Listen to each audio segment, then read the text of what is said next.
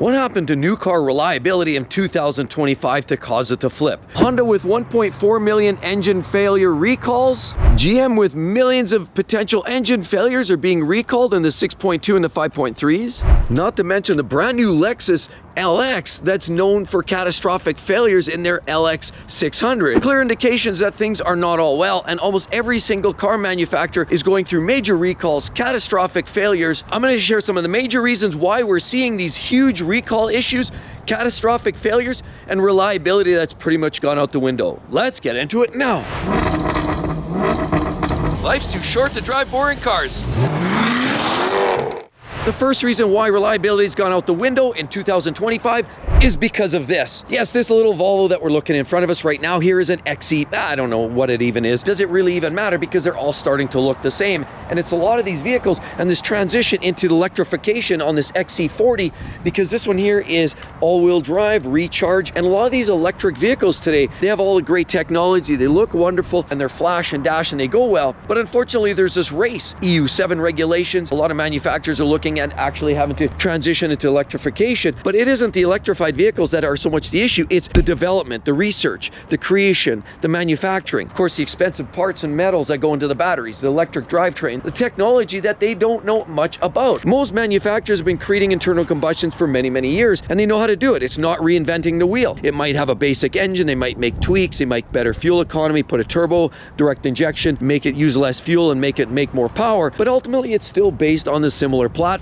that they've been doing for decades. Now come along electrification, the requirement to go zero emissions means that a lot of these vehicles now are created in such a technologically advanced way that a lot of these OEMs, like this one for example, are far less familiar with. So now they're having to create this new vehicle types right from scratch, and in doing so, now what that means is it's going to cost them a lot of dollars, creating new teams, new development skills, and they just don't understand it. The supply chain's a new factor where maybe some of the minerals and elements can no longer be sourced from just anywhere. They actually have to go to certain markets. Things like tariffs and other implications now are impacting the bottom line, and the supply chain and cost of manufacturing is gone through the roof. And so in doing that, now to manufacture a lot of these vehicles with internal combustion engines clearly are putting a lot of these vehicles on the back burner, knowing full well that they are going to be going away probably in 5 to 10 years according to current plans. And in doing so, there seems to be a slightly less focus on the quality, the durability. But one of the big methods that they're able to manufacture these electric vehicles now in this transformation is by, in my personal opinion, a lot of cost-cutting measures on a lot of these vehicles.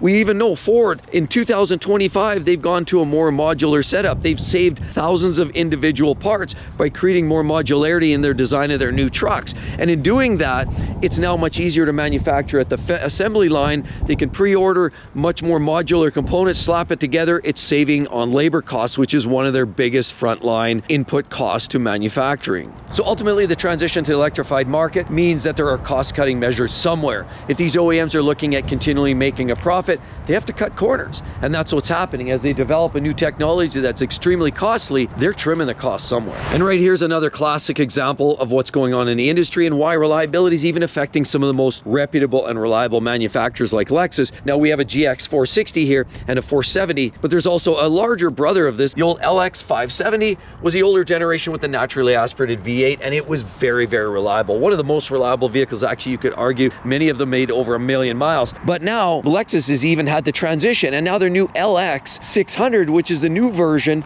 of the older outgoing LX 570. There's a new 3.4 liter twin turbo V6 that Lexus has put in that new LX 600, as well as the same engine you're finding in the new Tundra. And it's been a whole host of issues. We're talking hundreds of thousands of failures, or potential failures as it were. Now there's a lot of happy customers, but there's many customers of taking a walk from the brand because reliability's gone out the window. Why has Lexus taken such a back road? In a lot of the older Lexus vehicles, they went with naturally aspirated V8s, like the 4.6, 4.7, or the 5.7, and even the V6s in some of the smaller cars, like their IS series vehicles and ES, and they had the 350. Some of those engines are starting to get weaned out. A lot of that's because of regulations and standards. Now EU7 regulations is a big one in Europe, where a lot of these impacts are going to hit 2030, 2035, where they have to be zero emissions or almost zero emissions. The unfortunate reality, EPA carb standards are all direct contributing factors to manufacturers having to come up with more creative ways to create zero emissions or very low reduced emissions vehicles for the next 5 to 10 years, at least until the time it goes zero emissions like you're finding in a lot of these electric vehicles. So for the interim, what you're finding is manufacturers creating smaller engines, turbochargers, direct injection technology, and unfortunately even Lexus, Toyota, even though they found a way to somehow counter some of the impacts. For example, like direct injection is a big issue that a lot of OEMs are having troubles with. Lexus, in many cases, utilize a two-stage format. They use a port fuel injection and direct injection. The port fuel injection is actually there to wash away the intake valves so you don't have that extra carbon fouling, which further creates more problems for a lot of manufacturers. Now, while Toyota and Lexus have created some mitigations, a lot of OEMs simply haven't. Most manufacturers, doesn't matter if you're dealing with Audi, Volkswagen, Mercedes-Benz, they've often just create a direct injected engine to meet the criteria of reduced emissions, better fuel economy. The unfortunate problem with that is they aren't mitigating the natural carbon buildup that you're getting in most cars now that are direct injected, that, you know, anywhere from 30, 40, 50,000 miles on almost any one of these vehicles will start to get excess amount of carbon in the intake valves, and then of course that creates more soot through the system and ultimately means the engine gets choked out and potentially ruins the engine altogether. You get carbon on the valves and the rings. Next thing you know, you have oil consumption, and in many cases engines that strictly won't last. Now, while there are mitigations like walnut blasting, it just means another layer of maintenance that a lot of people did not sign up for. So unfortunately, in trying to meet some of these emission standards, these OEMs are going with smaller engines, turbocharging, direct injection, and a lot of this other technology that just means the life of a lot of these modern engines are strictly waiting in the balance of catastrophic failures. I mean, we're starting to see more and more problems with that, more maintenance requirements, more engines starting to consume oil. A big issue right there. I mean, we've heard about Kia and some of the problems, and even their Theta 2 engines. Some of the contributing factors for failures comes down to issues: direct injection, undersized crank journals, of course even piston rings, and naturally bore scoring is a big issue. And a lot of it has to do with direct injection, under design, and just creating a lower grade product. But ultimately it's a collection of issues that are creating a lot of engine challenges, and a lot of manufacturers are now ultimately throwing a car to market. As long as it makes the warranty period in 3 years, 4 years, that's good enough for most OEMs, because they even know that many buyers just buy a car and they drive it for 3 to 4 years, sell it, trade it in, don't care. And so why would they continue building a car that can last 30 years? They simply won't. They have the technology, they know how to do it, but they're not. What does this Maserati have in common with Ram, Jeep, Fiat, and Alfa? Well, they're all part of Stellantis. And unfortunately, Stellantis has had some significant challenges in the last few years with poor sales because of extraordinarily high prices. And a lot of those high prices are getting transferred down to the consumer in the way of high costs. High cost means a lot of these vehicles now are having to see more corners cut because of the labor costs. Stellantis has had a negotiation of their frontline labor, and one of the biggest input costs are labor. Every part of a business always has to look at the costs in and out. If one element like labor costs goes up, they have to find ways to mitigate that in some way. But because it's a unionized house, you can't really alter that now. They've negotiated when times were aggressive, when they were selling cars like hotcakes, when they couldn't keep vehicles on the lot, they were selling them, and they got a little ahead of themselves, overzealous and quite honestly greedy, and they ultimately decide to jack prices up way more than the vehicles were often worth. The quality wasn't there to support it, and now what you ultimately have is a manufacturer that can't stand on its own 2 feet because people are not willing to pay a lot of the high prices of a lot of these new vehicles. And as a result, now other corners might have to be cut. Many people now consider Stellantis and many of the products like the Ram and the Jeep and the Chrysler, Fiat, Alfa as some of the most unreliable manufactured vehicles on the planet today. Some of it's perception. Whether you believe it's unreliable or whether you don't believe a vehicle like a Maserati is unreliable or not, many of these brands do have reliability issues, and they're not getting any better, because to get better you have to be very proactive. You have to look at the problems, nip it in the bud, take care of it, improve it, redesign. But when you don't have the money and you don't have the cash flow, you're looking more like getting more vehicles out the door, maybe look at cutting costs in some way. And right now, Stellantis, we're hearing by Tim Kuniskis, who's taken over the helm of Ram, has said, look, we'll extend an engine warranty up to 10 years. So all of these little extras that we're seeing on the back end means it's going to cost the business. How are they going to transfer that now? Possibly lower grade parts, poor designs, and reliability issues. This is ultimately one of the big input costs.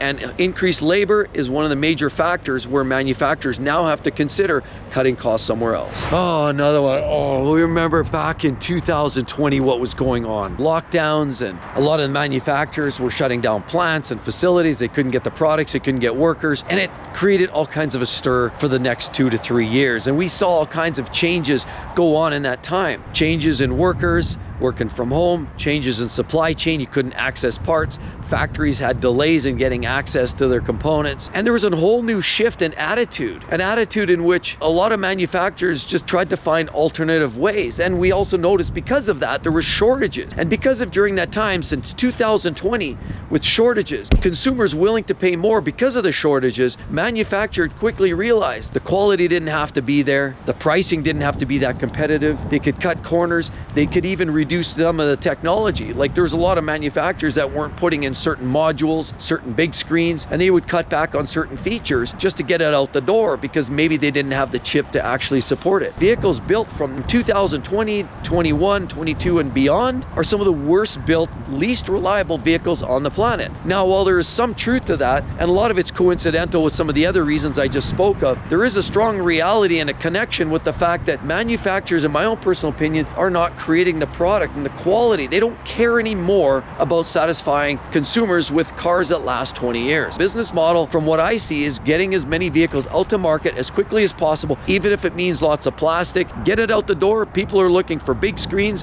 People are looking for haptic and capacitive controls. And now, unfortunately, 2-3 years later, once we see more of that technology, a lot of people are realizing it might be $4,000 for a new module, or a big screen might cost you $5,000 when that one flakes out in minus 30-degree weather. Now people are starting to see the fallout from that. The reality is manufacturers are making way too much money on the top up and the increased price and markup on all of these modules and components and technology that they can jack up pricing. Now, what is some of the technology on the safety side they can't avoid? Some of it actually is now becoming mandated by governments. A lot of this technology now is purely optional. Premium vehicles, they sell a lot of these vehicles on the technology that's buried under the hood. But in doing that, what we're seeing is too much going on, way too complicated a vehicle, and way too much outsourcing of substandard components. That's the next one as well. Supply chain's another component of this. So they couldn't get access to parts and pieces, so they started rushing it out the door. When they had it, they started rationing parts. They'd put it in some of the upper trim level vehicles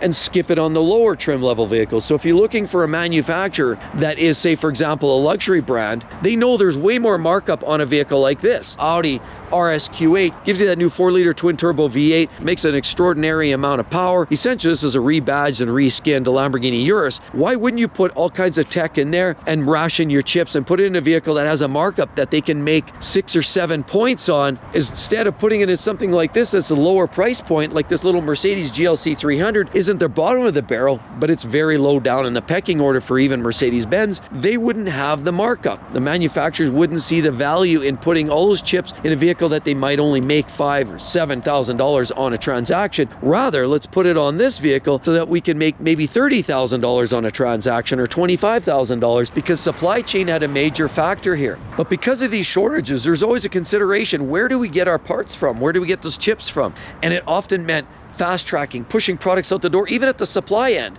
we're seeing all kinds of challenges, even at the supply chain side. With Ford in their 2.7 and 3-liter engine, they had a string of engines that have intake valves that would fracture because of that type of product, and then they would break off and fall in the combustion chamber. So there was a small amount that happened, but it was a consistency, and it generally happened in vehicles with very low mileage. So basically something out of the gate, you knew right away it was going to be a problem. But that was a huge issue, and it was a supply chain related issue. GM, they're talking about those crankshafts built allegedly in Mexico. The crankshafts, the rotating mass, weren't machined properly, allegedly, and also weren't polished properly. That led to premature bearing failure and catastrophic engine failure. I mean, we're hearing about 877,000 engine failures due strictly because of the crankshaft issue, because it was outsourced and supplied from a manufacturer outside of the regular General Motors plant. And that unfortunately has led to a lot of the big problem areas for General Motors in recent years. For example, like the LAD7 that you're finding in a lot of the larger trucks, the 6.2-liter V8 that creates a decent power. It's certainly one of their trademark engines, and the engines you would find in the upgrades, the larger vehicles like the Yukons and certainly Denali's, were often carrying that 6.2, but the unfortunate part with that is that engine had a significant amount of problems. But sadly, even GM can't necessarily blame outsourcing and supply chain shortages and shortcomings by suppliers, because even their smaller 5.3 liter V8 engines suffered many catastrophic lifter issues, and a lot of it was technology. Cylinder deactivation, a technology pushed on by the EPA and a lot of the regulators, telling GM to be more fuel efficient. And in doing so, cylinder deactivation creates extra carbon, and of course, misfires, solenoids. Next thing you know, they had a whole rash and a consistent level of issues in the new 5.3s as well. Another reason is that hairy-chested reason. Who's better than the rest? What's wrong with a naturally aspirated V8 that's reliable, that's built to last 500,000 miles? Just ask Lexus about that. And all kinds of specifically European brands go and take a naturally aspirated V8, redesign it with direct fuel injection, turbocharging, and create an engine now that doubles in output. I mean, look at the RSQ8 here as a classic example of a vehicle there that almost outperforms anything else on the market. And you can also get a similar engine in what you're looking at right here, the RS7. These vehicles, we're talking over 600 horsepower in many configurations. 600 horsepower. A lot of these manufacturers are now creating vehicles that I love driving. They're extraordinarily exciting to drive, but there's this feeling of competition, this feeling that they have to outdo the next. That one of the direct competitors to this would be like a vehicle like the Mercedes-Benz E63S, like this. So between AMG, Mercedes, trying to compete with brands like Porsche, BMW, and the M5s, and of course Audis and the RS7s, a lot of these manufacturers are always looking to up the ante, up the game. So on paper, it looks amazing. The problem is most people can't use 600, 700, 800 horsepower on the street, and I love it on the track. Most of these vehicles are only best suited for the racetrack, and that's a wonderful experience. Trust me, you've got to try it. But on paper, most people are just looking to get around with something comfortable, luxurious. Numbers always sell. And having a car that has, or an SUV, or a new engine or drivetrain that produces more power than its competition, or ups the ante by 80 horsepower from its previous generation, means that people get excited. It's a buzz. But unfortunately, in creating that extra power, performance, and output, creates challenges in reliability. And a lot of the turbocharging that goes into these vehicles basically does reduce lifespan unless it's properly designed. Now, Porsche knows how to build a turbo engine, and they can build engines that last a long time. But as these manufacturers look for more and more creative ways to up and squeeze even every more ounce of power out of these engines, what we're seeing is more and more and more challenges on reliability. How long do race cars run? Also ask yourself this: why is it the new Ford Mustang GTD, an absolute amazing car that has over 800 horsepower in the street format, the car that people are now taking possession of, but yet the racetrack version, the car that they actually utilize for racing, has only maybe 2/3 of that output? It's because the numbers talk and the numbers sell cars on paper on the street. Race cars need to run endurance. They need to run for a long period of time and do it reliably. So that's why when you think about why sometimes even we've seen in Corvette, some of their race cars actually have produced less power in the same model of their street cars. It's because they know the street cars aren't driven as hard, but conversely, they're also not nearly as reliable. They're not built for it. They're making too much power, and that's what's happening. Reliability, out the window. But in case you've been looking for some actual reliable vehicles, I've got a great list there for you, and another list if you're actually thinking about buying something and you actually care about reliability, because of course that means dollars out of the pocket and time out of our day. Hope to see each and every one on the next one, everybody. We'll see you all real soon. Have a wonderful day. Bye-bye.